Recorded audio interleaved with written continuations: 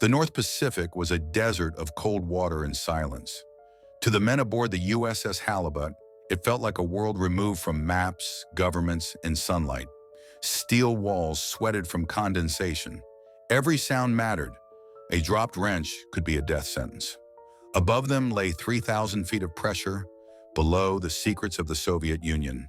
The submarine moved at 5 knots, slower than a jog, its massive propeller turning so quietly it could barely be heard from the engine room.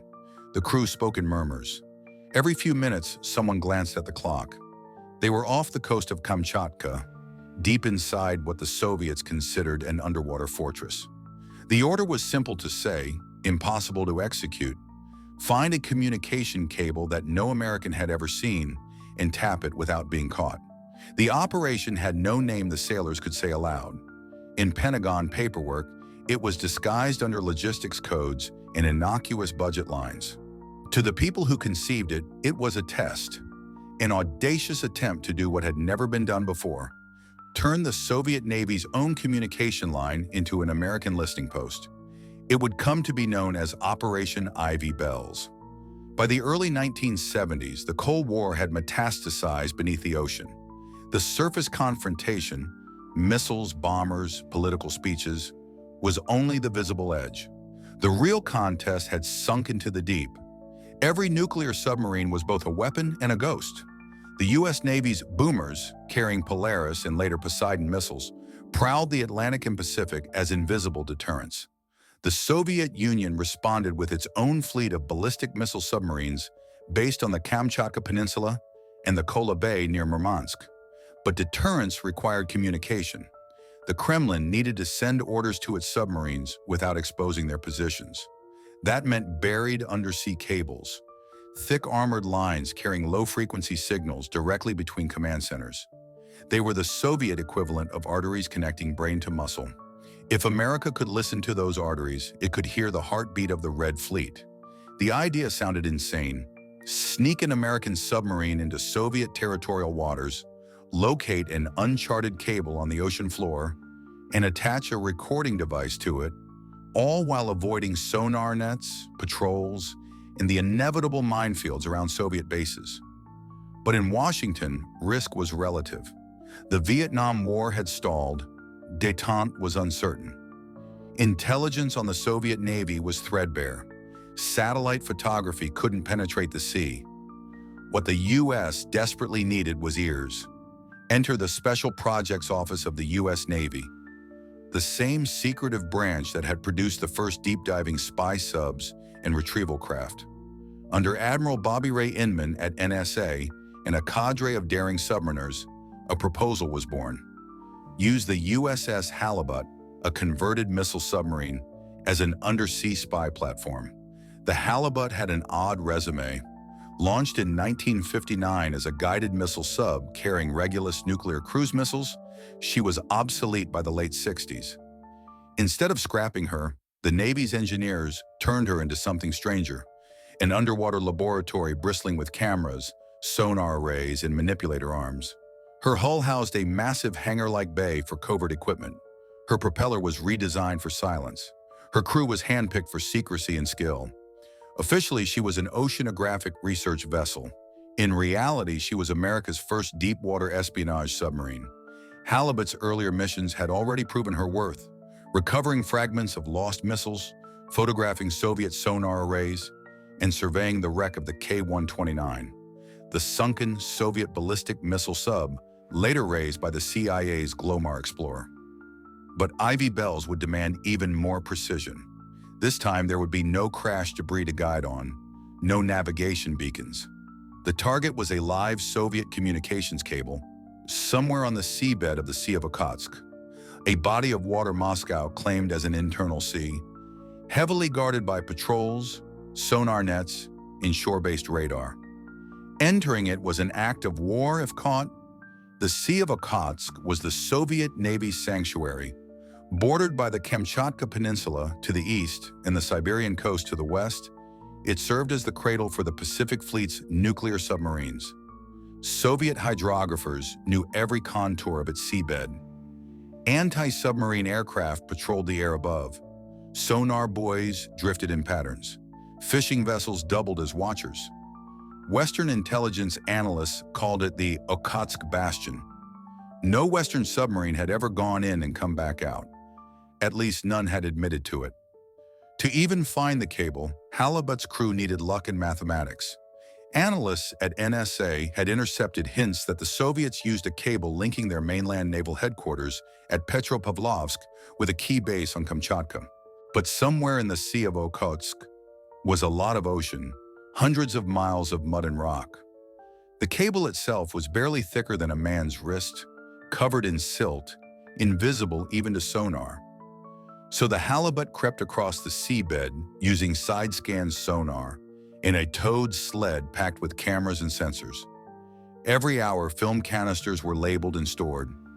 Every minute, someone watched the gauges and prayed the prop noise stayed below Soviet thresholds. The crew slept in rotations, each man aware that discovery meant a torpedo without warning. Days passed. Then on one strip of sonar film, a line appeared, unnaturally straight, running across the contour of the ocean floor. Engineers magnified the frame, traced it, cross-checked against previous scans. It wasn't a geological feature, it was man-made. They had found the wire. The device designed to exploit that find was called a tapping pod. It looked like a silver torpedo, 10 feet long, packed with sensors and magnetic clamps. The NSA and Bell Labs engineers who built it understood one crucial fact. Cutting into the line would reveal the intrusion instantly. So the pod worked differently. It wrapped around the cable and induced the electrical signals passing through it, like listening to a phone call through the wall. The data was recorded on magnetic tape inside a pressure-proof container. Installing it required divers not in scuba gear, but in atmospheric suits capable of withstanding the crushing depth. From Halibut's hangar bay, the crew deployed a remote sled and manipulator arms to position the pod with millimeter precision. On the control monitors, the cable appeared as a pale thread across darkness. Hands guided the arm, clamps closed, magnets latched. The system came online. Tiny lights flickered green.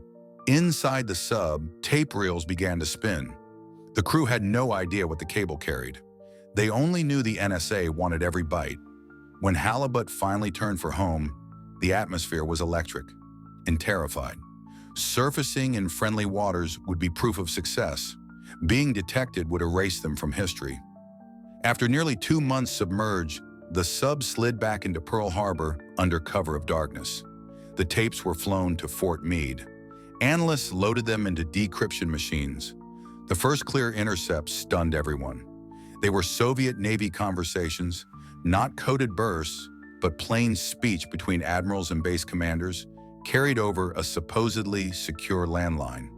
They talked about patrol schedules, submarine deployments, even reactor issues and crew morale. The channel was unencrypted because Moscow believed the cable lay beyond any enemy's reach. For the NSA, it was like finding the enemy's diary on the breakfast table. The tapes reached Fort Meade sealed in gray containers. They were labeled with nothing but numbers, but inside those reels were the most valuable words the United States had ever stolen. When analysts threaded the first strip of magnetic tape into a reader and played it back, they expected noise. Instead, they heard voices. Calm, ordinary, Russian. Naval officers talking about submarine deployments, patrol zones, maintenance schedules, even the dates of missile tests. It was the sound of confidence, the kind that comes when you believe nobody is listening. The Soviets never encrypted that channel because they thought the ocean was their ally. The cable lay deep inside their claimed waters, protected by geography, patrols, and fear. No one could reach it, or so they thought. Inside the National Security Agency, a handful of linguists and cryptologists began listening day and night. Each translation added another piece to a puzzle the West had been guessing at for years. They learned where Soviet boomers patrolled, how often they rotated crews, what parts of the fleet suffered mechanical problems. They even heard the voices of admirals complaining about fuel shortages and officers requesting spare parts that would take months to arrive. It was the Soviet Navy speaking to itself, unaware that every word was being recorded on American tape.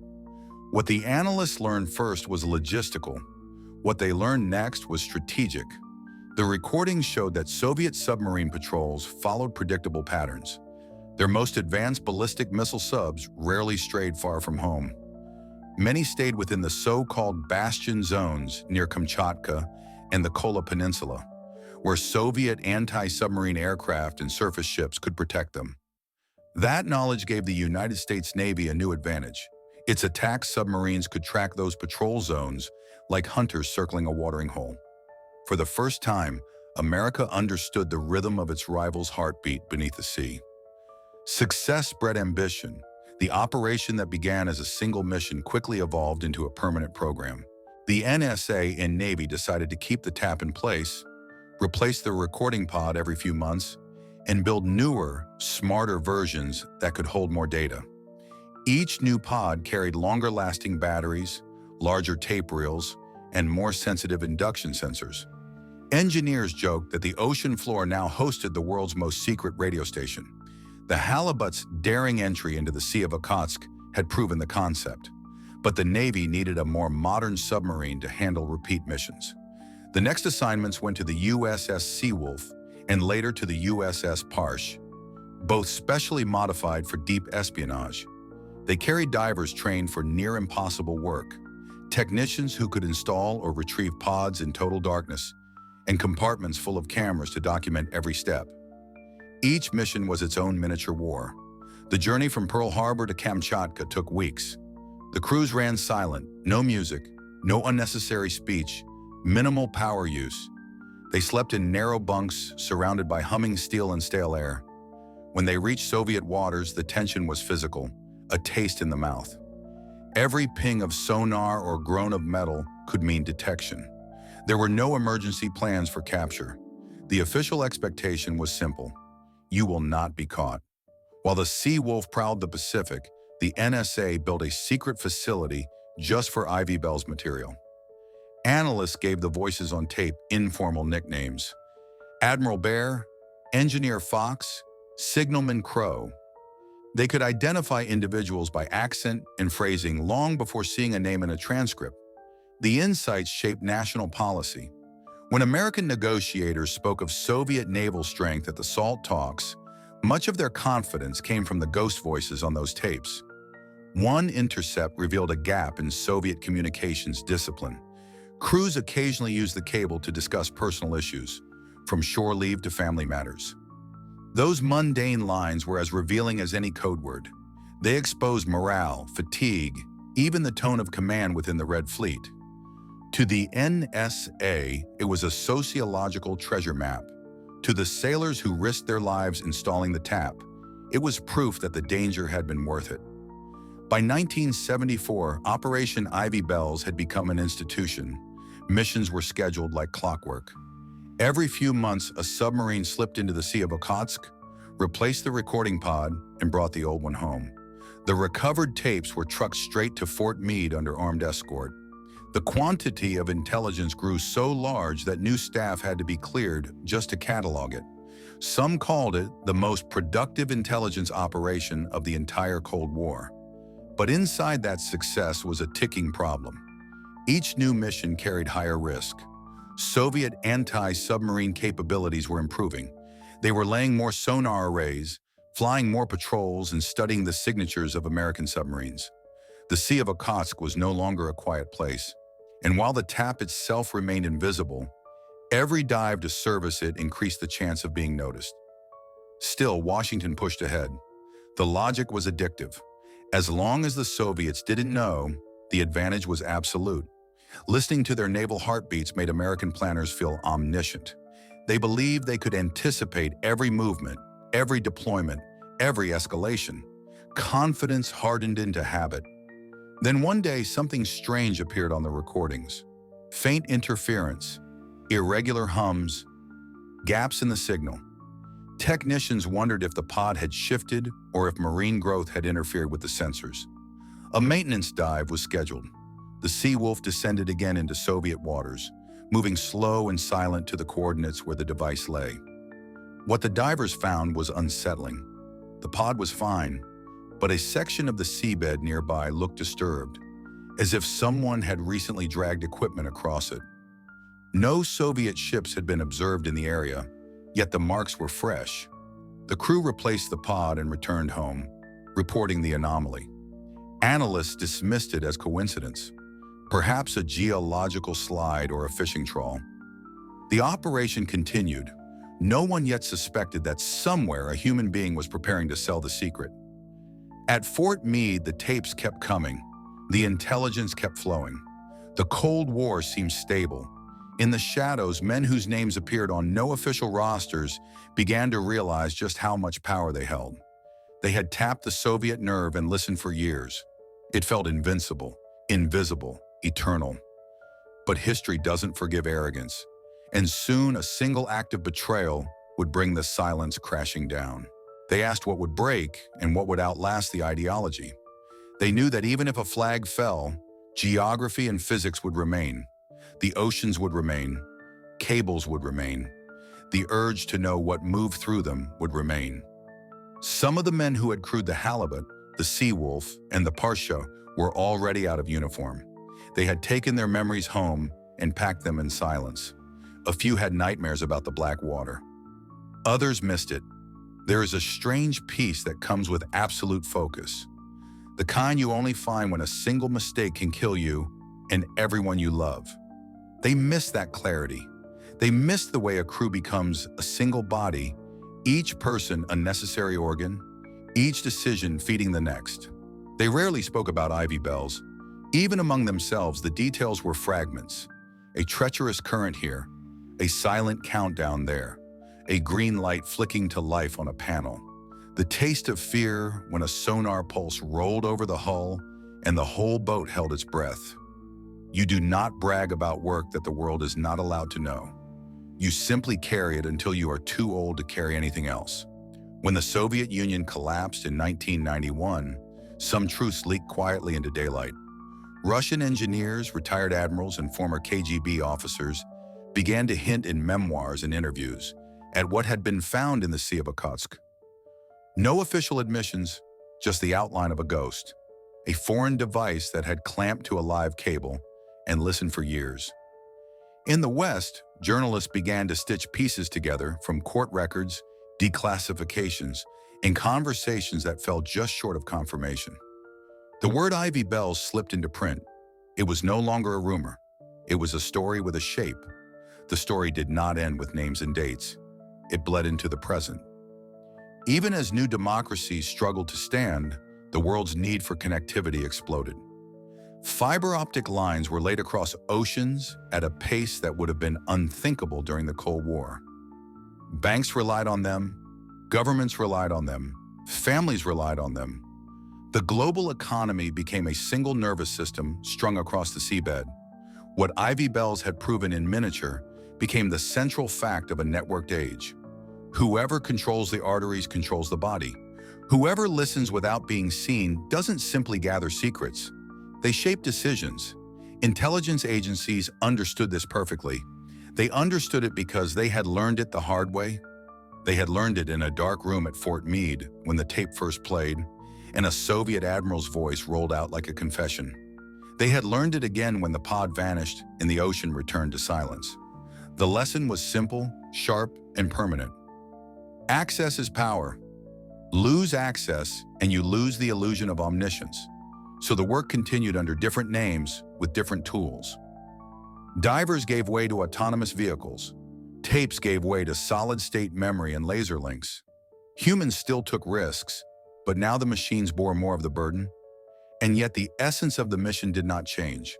Find the line. Touch it without touching it. Listen to what it carries.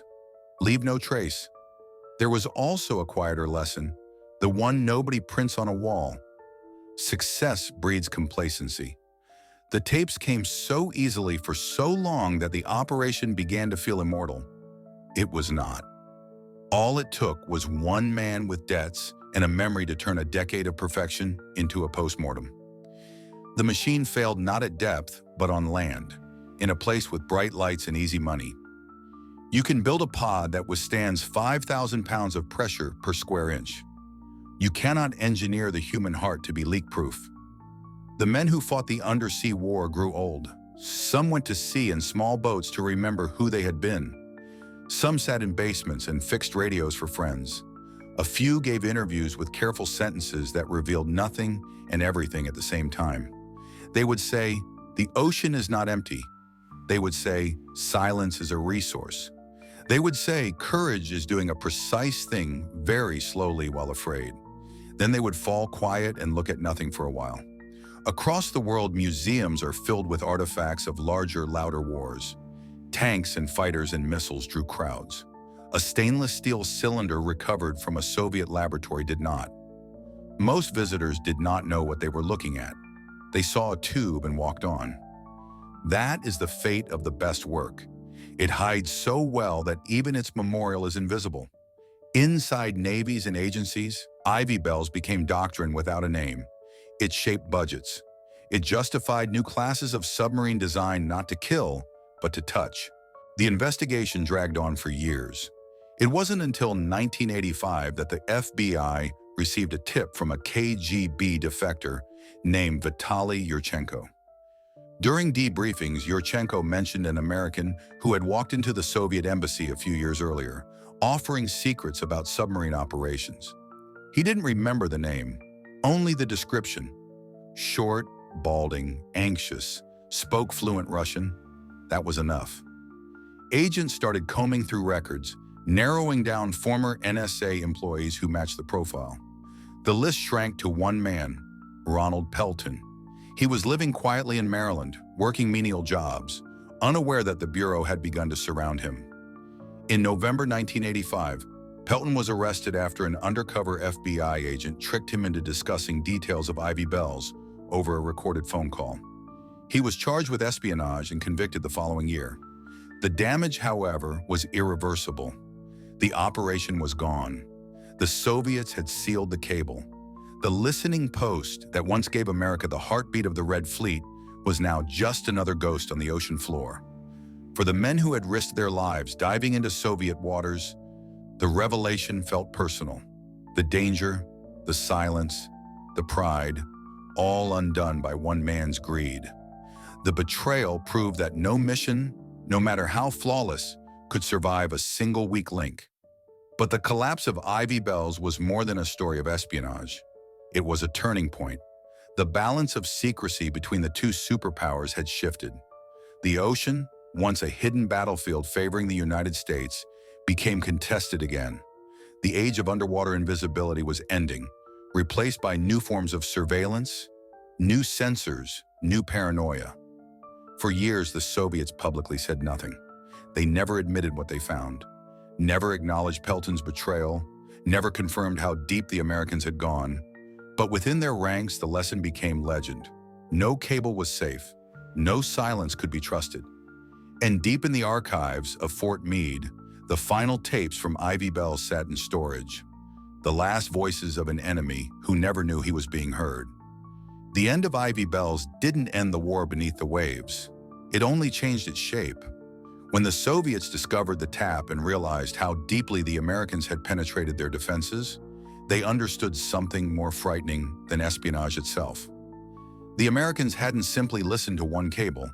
They had proven that technology could reach anywhere. The ocean, once a shield, was now a doorway. In Moscow, the Navy called emergency meetings. Admirals who had built their careers on the security of the bastion zones were suddenly uncertain. Engineers were ordered to redesign communication routes, harden encryption, and rethink every assumption. New cables were buried deeper under sediment. Others were rerouted along jagged seabeds to make them harder to trace. Patrol schedules were rewritten overnight. The KGB launched a new internal directive. It was simple but ruthless. No undersea cable, no radar posts, no relay station could be trusted to remain untouched.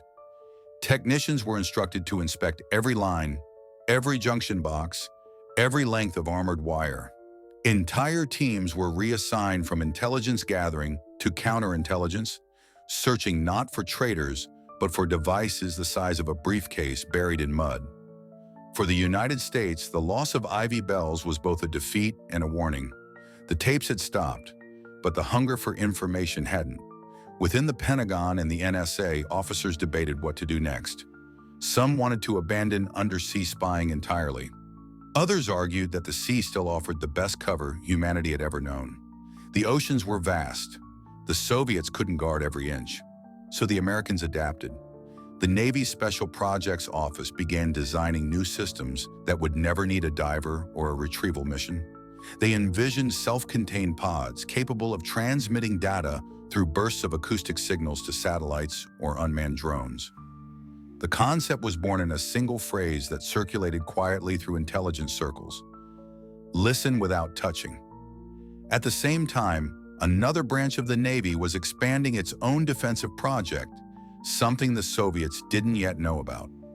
It was called SOSUS, the Sound Surveillance System, a vast network of hydrophone arrays stretching across the Atlantic and Pacific, capable of hearing submarines thousands of miles away.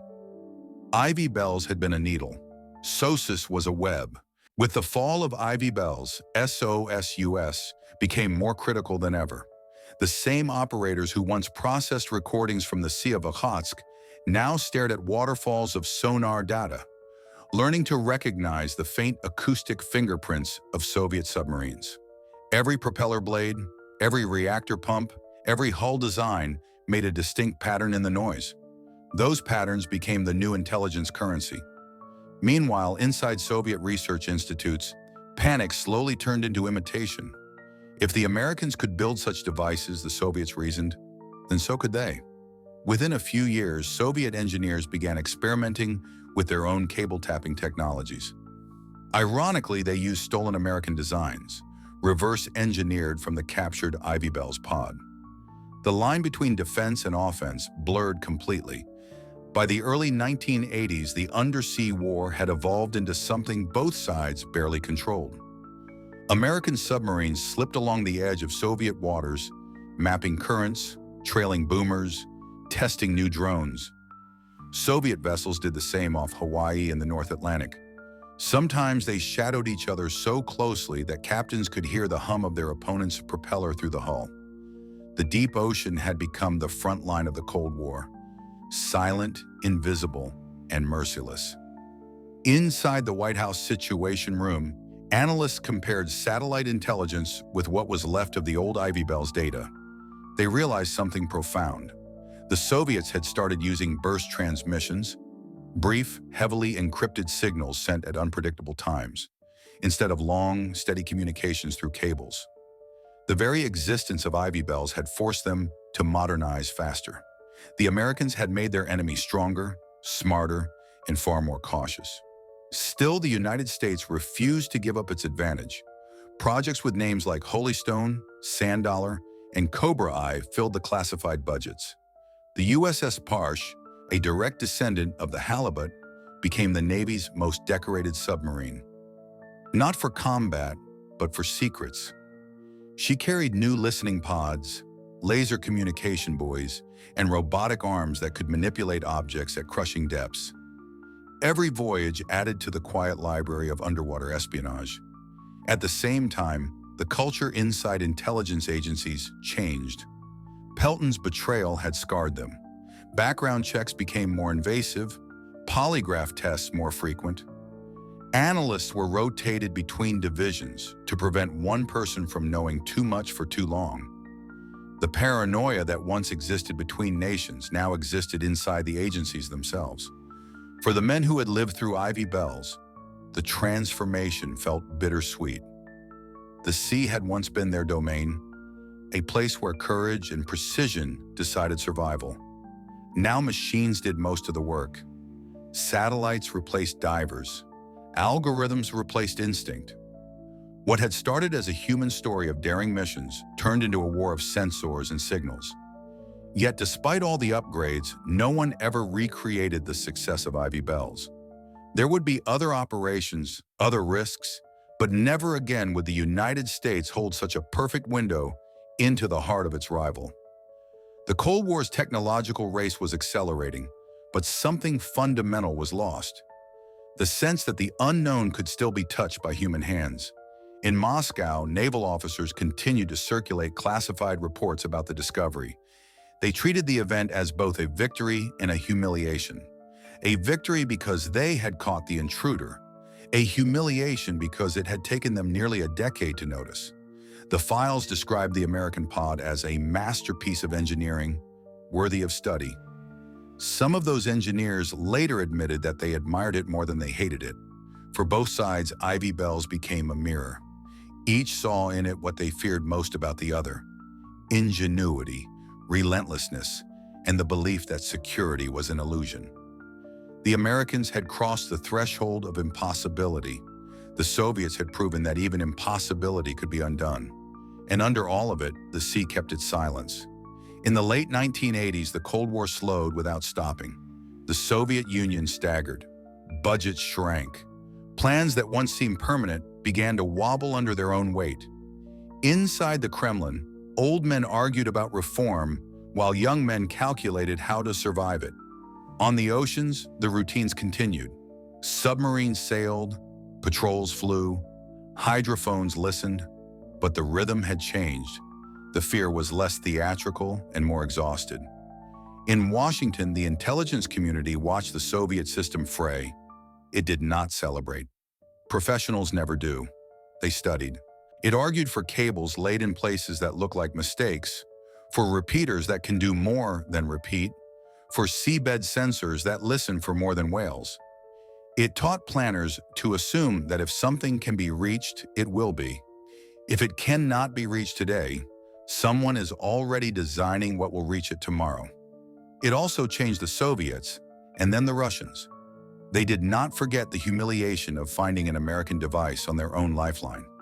They hardened. They were buried. They were encrypted. They formed their own versions of teams who think in water and pressure and light.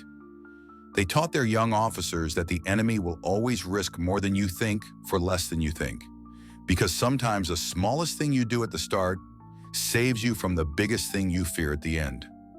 In classrooms where new intelligence officers learn the history of their craft, the teacher sometimes pauses at the Cold War and smiles without humor. He tells them there was a time when the United States listened to the Soviet Navy talk to itself for years. He tells them that the operation lived and died without a gunshot. He tells them that it saved lives not by stopping a war, but by making sure nobody misread what a rival could actually do. He tells them that the enemy's routine is the most precious secret of all. The moral is not romance. It is my responsibility. When you know the truth about an adversary's capability and intention, you are less likely to panic, less likely to launch from fear, less likely to mistake a drill for a dagger. Ivy Bells was a weapon made of patience. It turned noise into knowledge. It replaced guesswork with pattern. And then it vanished, leaving behind only the habits it had taught. There is one more lesson, older than satellites, older than nuclear boats, older than cables. The sea does not care about anyone's secrets. It does not keep score. It does not take sides. It only offers cover to those who use it well and punishment to those who forget what it is. The ocean forgave the pod for clinging to the cable. It did not forgive the men who thought luck was a strategy. That is the difference between daring and arrogance. Daring remembers the price. Arrogance forgets the bill. Years later, an aging sailor stood at a pier and watched a modern submarine slide into the dusk. This one was smoother, quieter, full of computers. It would go places he could not imagine and do things he would never be allowed to know. He felt a hard pride and a thin sorrow. The world had moved on, but it had not changed.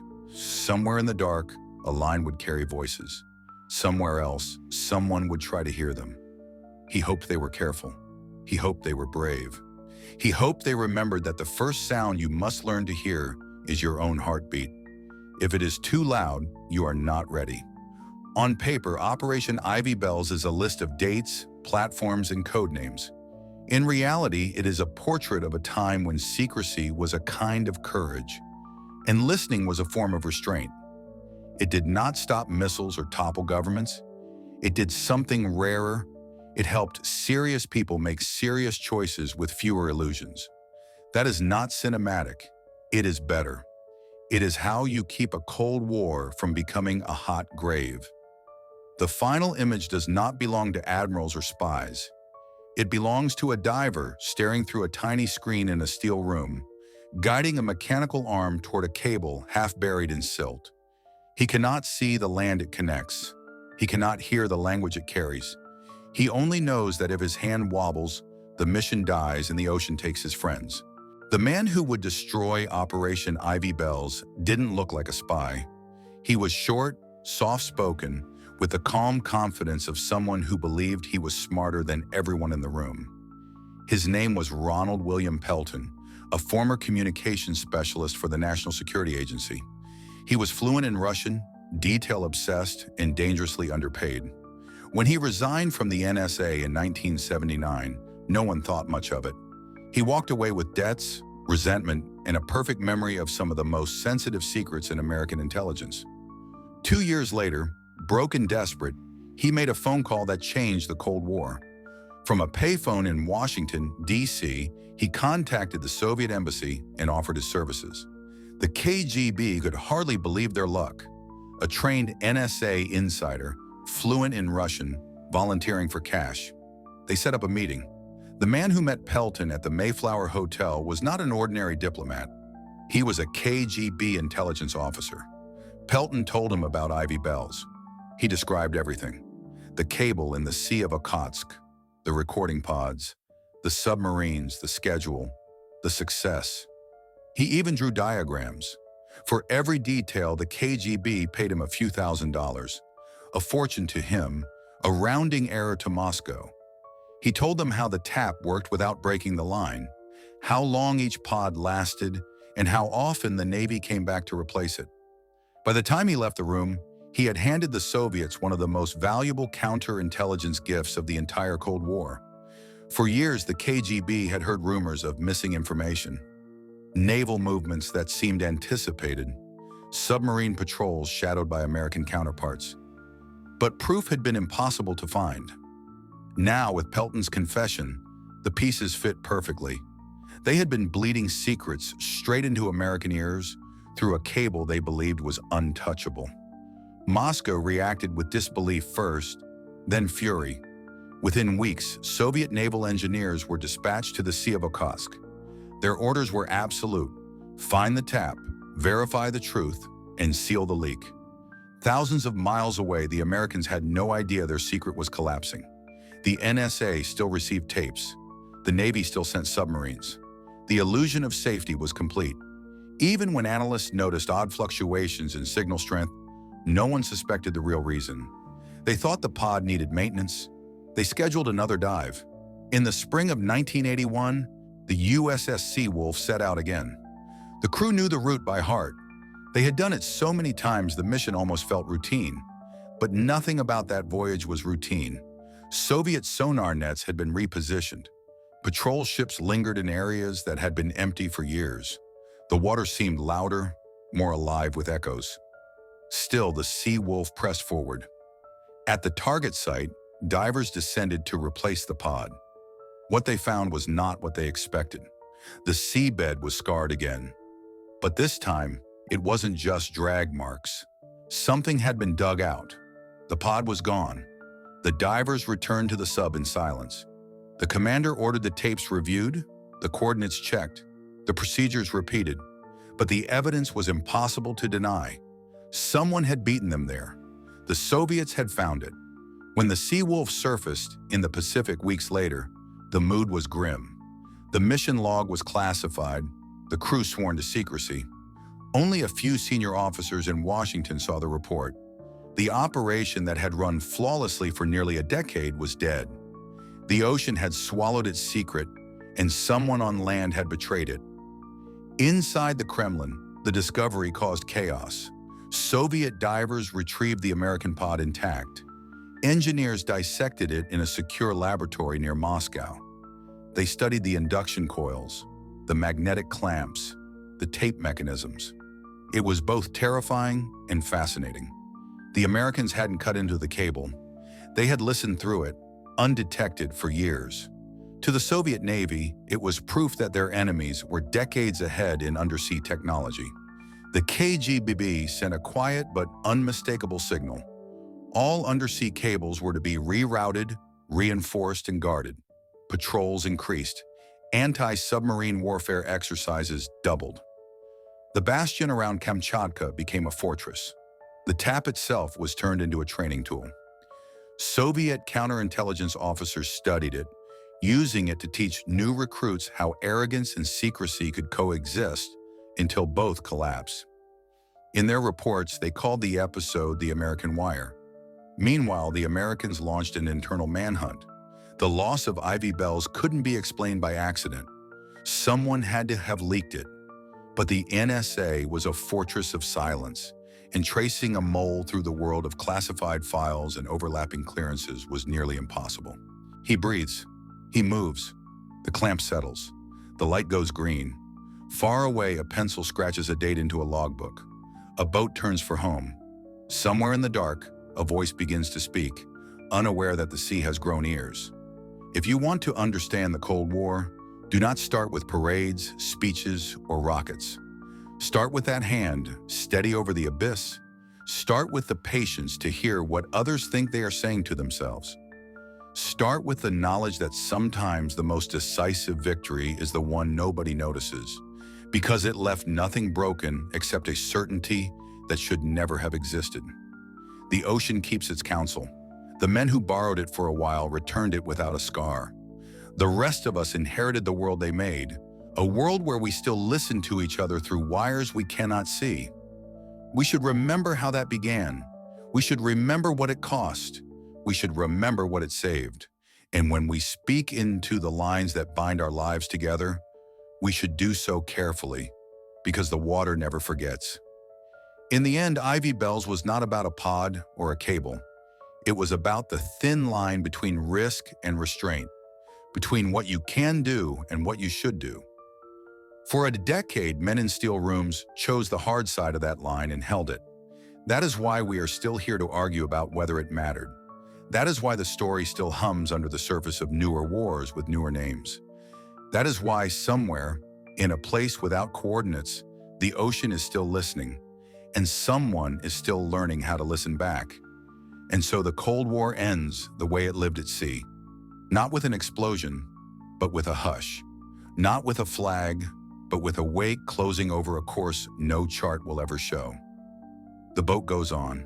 The wire sleeps. The world turns. The voices continue, quieter now, but never truly silent. The sea knows where they are. It always has.